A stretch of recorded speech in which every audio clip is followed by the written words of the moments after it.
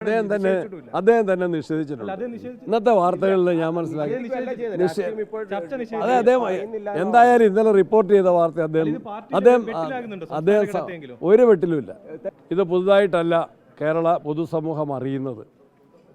നേരത്തെയും ഈ വിഷയം CPM-ൽ പുകഞ്ഞുകൊണ്ടിരിക്കുകയായിരുന്നു. പാർട്ടി നേതൃത്വം തന്നെ പറയുന്നു അന്വേഷണ കമ്മീഷനെ നിയോഗിച്ചിരുന്നുവെന്ന്. അന്വേഷണ കമ്മീഷനെ നിയോഗിക്കണമെങ്കിൽ തന്നെ ഒരാരോപണം ഉയരണമല്ലോ. അപ്പോൾ രക്തസാക്ഷി ഫണ്ട് തിരിമറി സംബന്ധിച്ച് ഗൗരവമേറിയ ഒരാക്ഷേപം CPM-ൻ്റെ നേതൃത്വത്തിൻ്റെ ശ്രദ്ധയിലുണ്ടായിരുന്നു. ആ വിഷയവുമായി ബന്ധപ്പെട്ട് കുഞ്ഞീഷിൻ്റെ ഏരിയ കമ്മിറ്റി സെക്രട്ടറി സ്ഥാനം ഉൾപ്പെടെ അദ്ദേഹം ഒഴിഞ്ഞ് മാറി നിന്നതാണ്. അദ്ദേഹത്തെ അനുനയിപ്പിക്കാൻ ശ്രമിച്ചെങ്കിലും അത് വിജയിച്ചില്ല. അപ്പം അദ്ദേഹം പറഞ്ഞ കാര്യങ്ങൾ വിശ്വസനീയമാണ്, തർക്കരഹിതമാണ്.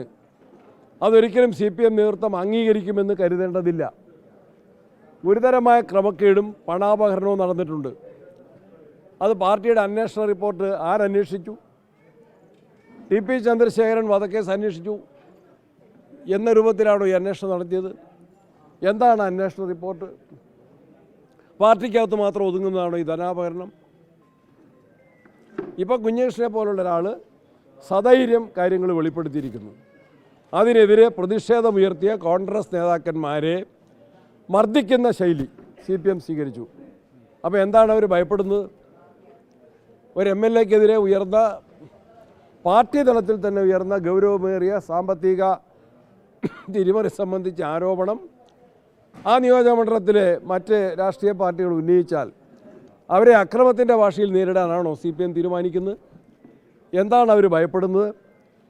മടിയിൽ കനമുള്ളത് കൊണ്ടാണ് അവർ ഭയപ്പെടുന്നത്. അഴിമതി കോടിക്കണക്കിന് രൂപയുടെ ധനാപഹരണം നടന്നിട്ടുണ്ട്. അത് CPM മാത്രം ഒതുക്കി തീർക്കേണ്ട വിഷയമല്ല. അത് കേരളത്തിലെ ജനങ്ങൾ, അവിടെ പൈസ കൊടുത്ത ആളുകൾ ഉൾപ്പെടെയുണ്ട്. പൗരാവലിക്ക് അതറിയാനുള്ള അവകാശമുണ്ട്. ഒരു ജനപ്രതിനിധിക്ക് നേരെ പാർട്ടിയിൽ സഹപ്രവർത്തകൻ തന്നെ ഉയർത്തുന്ന ആക്ഷേപങ്ങൾ വിശ്വസനീയമാണ്. അതിനെ ഭീഷണി കൊണ്ട് മറികടക്കാമെന്ന് CPM നേതൃത്വം കരുതുന്നുവെങ്കിൽ അവർക്ക് തെറ്റുപറ്റി. കള്ളപ്രചരണങ്ങൾ ജനങ്ങൾ വിശ്വസിക്കുന്നില്ല. കുഞ്ഞകൃഷ്ണൻ പറഞ്ഞത് സത്യസന്ധമായ കാര്യങ്ങളാണ് എന്ന് പ്രകടമായ കാര്യം തന്നെയാണ്. കുറ്റാരോപിതം എന്ന് പറയുന്നത് ഒരു MLA ആണ്.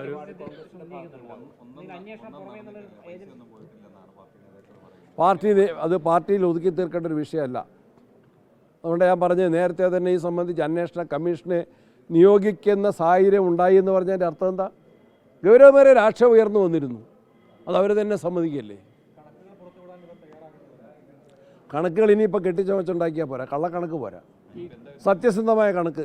ഈ നിയമപരമായി എങ്ങനെയാണ് ഇതിനെ നേരിടാൻ കഴിയുക? എങ്ങനെ, ഏത് രീതിയിൽ? അത് ആലോചിക്കേണ്ട കാര്യമാണ്.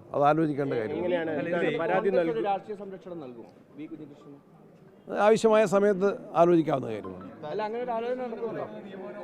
കുഞ്ഞകൃഷ്ണൻ അങ്ങനെ ഏതെങ്കിലും കോൺഗ്രസിൻ്റെ രാഷ്ട്രീയ സംരക്ഷണമൊന്നും ആവശ്യപ്പെട്ടിട്ടില്ല. നമുക്ക് കാത്തിരിക്കാം. അത് അദ്ദേഹത്തിൻ്റെ അഭിപ്രായമായി. കുറ്റാരോപിതം എന്ന് പറഞ്ഞാൽ ഒരു പാർട്ടി സ്ഥാനമാനമുള്ള ആൾ മാത്രമല്ല, ഒരു MLA കൂടിയാണ്. അതുകൊണ്ടാണ് ഇതിൻ്റെ ഗൗരവം കൂടുന്നത്. ആ വിഷയത്തിൻ്റെ ഗൗരവം വർദ്ധിക്കുന്നത് കൊണ്ട് തന്നെയാണ്. അദ്ദേഹവും നയം വ്യക്തമാക്കണം, നിലപാട് വ്യക്തമാക്കണം.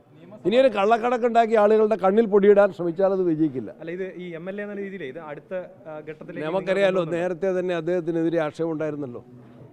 അദ്ദേഹം പാർട്ടി വേദികളിൽ നിന്നൊക്കെ ഒരു മൗനം പാലിച്ചൊരു സമയം ഉണ്ടായിരുന്നല്ലോ. പിന്നെ CPM-ൻ്റെ ശൈലി, ഒതുക്കി തീർക്കുന്ന ശൈലി ഇവിടെ വിജയിച്ചില്ല. കുഞ്ഞകൃഷ്ണൻ സധൈര്യം ആ സത്യസന്ധമായ പ്രസ്താവനകളുമായിട്ട് രംഗത്ത് വന്നു. അതാണ് CPM ഇപ്പം ഭീഷണിപ്പെടുത്താൻ വേണ്ടി ശ്രമിക്കുന്നത്. അതായത് UDF വലിയ വിസ്മയമൊക്കെ തീർന്നു.